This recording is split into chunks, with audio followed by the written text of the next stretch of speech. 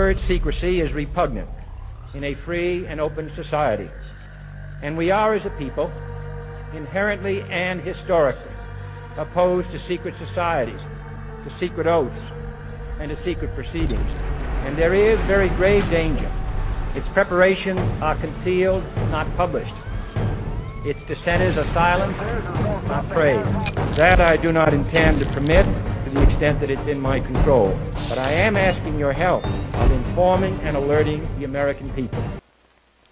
There are few earthly things more beautiful than a university, wrote John Masefield in his tribute to English universities, and his words are equally true today. He admired the splendid beauty of a university because it was, he said, a place where those who hate ignorance may strive to know, where those who perceive truth may strive to make others see. I have therefore chosen this time and place to discuss a topic on which ignorance too often abounds and the truth too rarely perceived, and that is the most important topic on earth, peace.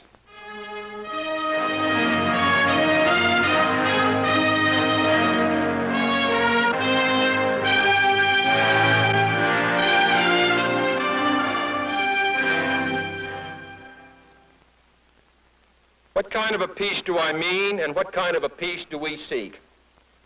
Not a Pax Americana, enforced on the world by American weapons of war. Not the peace of the grave or the security of the slave.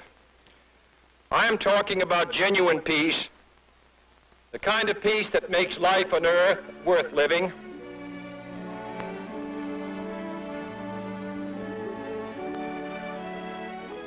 The kind of peace that enables men and nations to grow and to hope and build a better life for their children.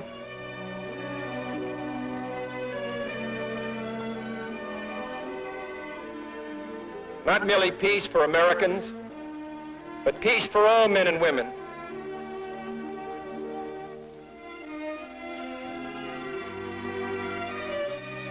Not merely peace in our time, but peace in all time.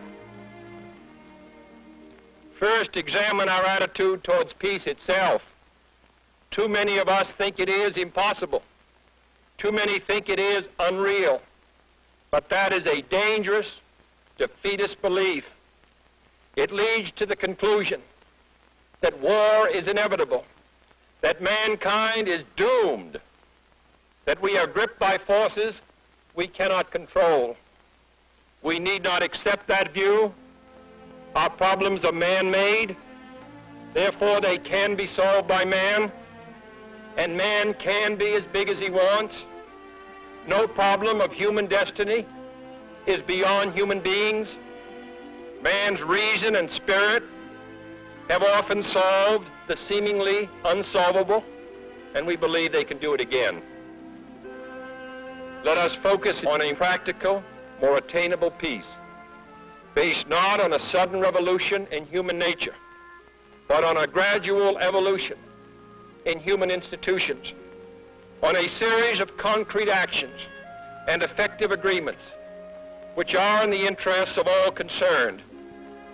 There is no single simple key to this peace, no grand or magic formula to be adopted by one or two powers. Genuine peace must be the product of many nations, the sum of many acts. It must be dynamic, not static, changing to meet the challenge of each new generation. For peace is a process, a way of solving problems. So let us persevere. Peace need not be impractical, and war need not be inevitable. By defining our goal more clearly, by making it seem more manageable and less remote, we can help all people to see it, to draw hope from it, and to move irresistibly towards it. No government or social system is so evil that its people must be considered as lacking in virtue. As Americans, we find communism profoundly repugnant as a negation of personal freedom and dignity. But we can still hail the Russian people for their many achievements in science and space, in economic and industrial growth, in culture, in acts of courage. We must persevere in the search for peace in the hope that constructive changes within the communist bloc might bring within reach solutions which now seem beyond us.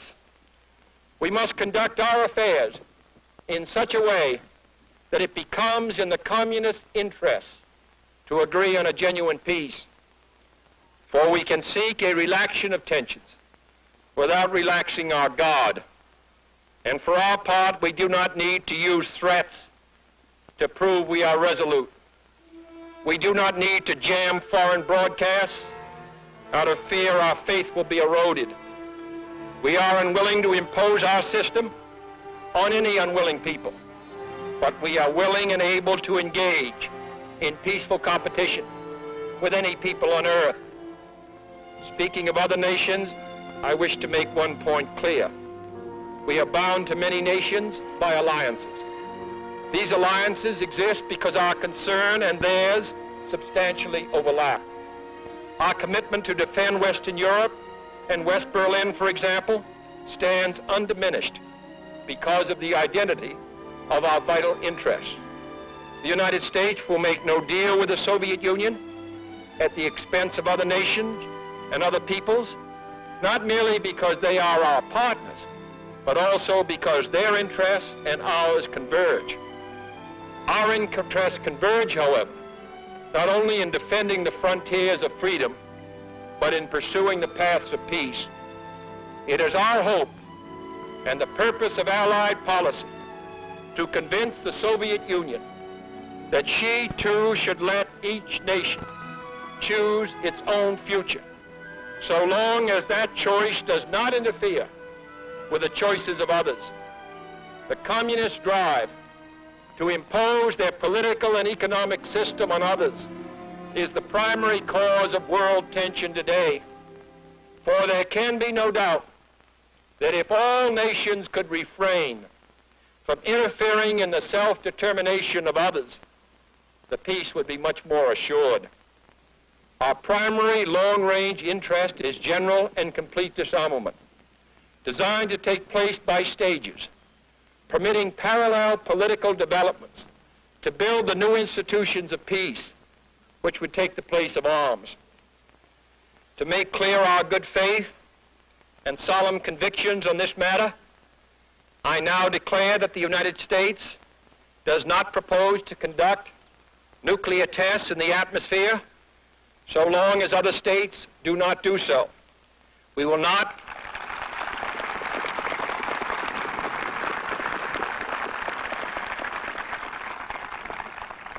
not be the first to resume. While we proceed to safeguard our national interests, let us also safeguard human interests. And the elimination of war and arms is clearly in the interest of both. No treaty, however much it may be to the advantage of all, however tightly it may be worded, can provide absolute security against the risks of deception and evasion. But it can, if it is sufficiently effective in its enforcement, and it is sufficiently in the interest of its signers, offer far more security and far fewer risks than an unabated, uncontrolled, unpredictable arms race. The United States, as the world knows, will never start a war. We do not want a war. We do not now expect a war. This generation of Americans has already had enough, more than enough, of war and hate and oppression. We shall be prepared if others wish it. We shall be alert to try to stop it. But we shall also do our part to build a world of peace where the weak are safe and the strong are just. We are not helpless before that task or hopeless of its success. Confident and unafraid, we must labor on. not towards a strategy of annihilation, but towards a strategy of peace. Hitler has often protested that his plans for conquest do not extend across the Atlantic Ocean, but his submarines and raiders prove otherwise. And so does the entire design of his new world order. For example, I have in my possession a secret map made in Germany by Hitler's government, by the planners of the new world order. It is a map of South America and a part of Central America, as Hitler proposes to reorganize it. Today in this area, there are 14 separate countries. But the geographical experts in Berlin have ruthlessly obliterated all existing boundary lines. They have divided South America into 5 vassal states, bringing the whole continent under their domination. And they have also so arranged it that the territory of one of these new puppet states includes the Republic of Panama and our great lifeline, the Panama Canal. That is his plan.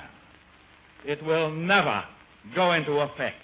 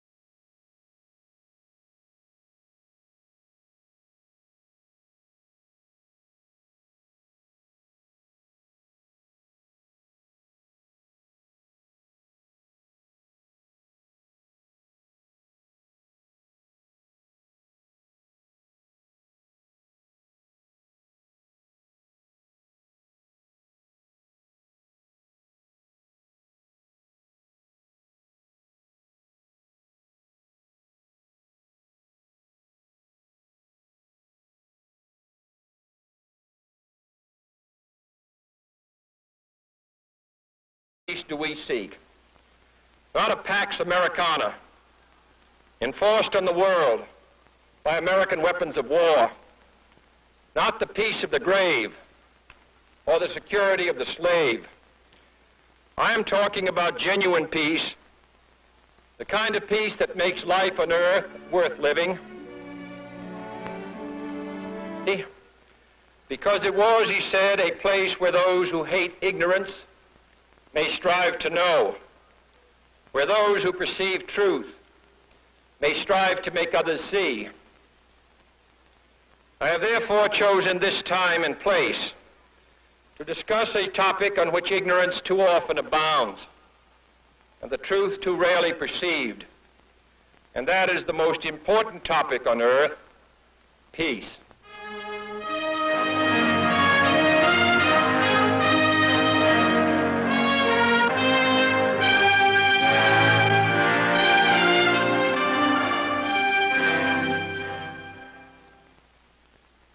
What kind of a peace do I mean, and what kind of a peace? The word secrecy is repugnant in a free and open society.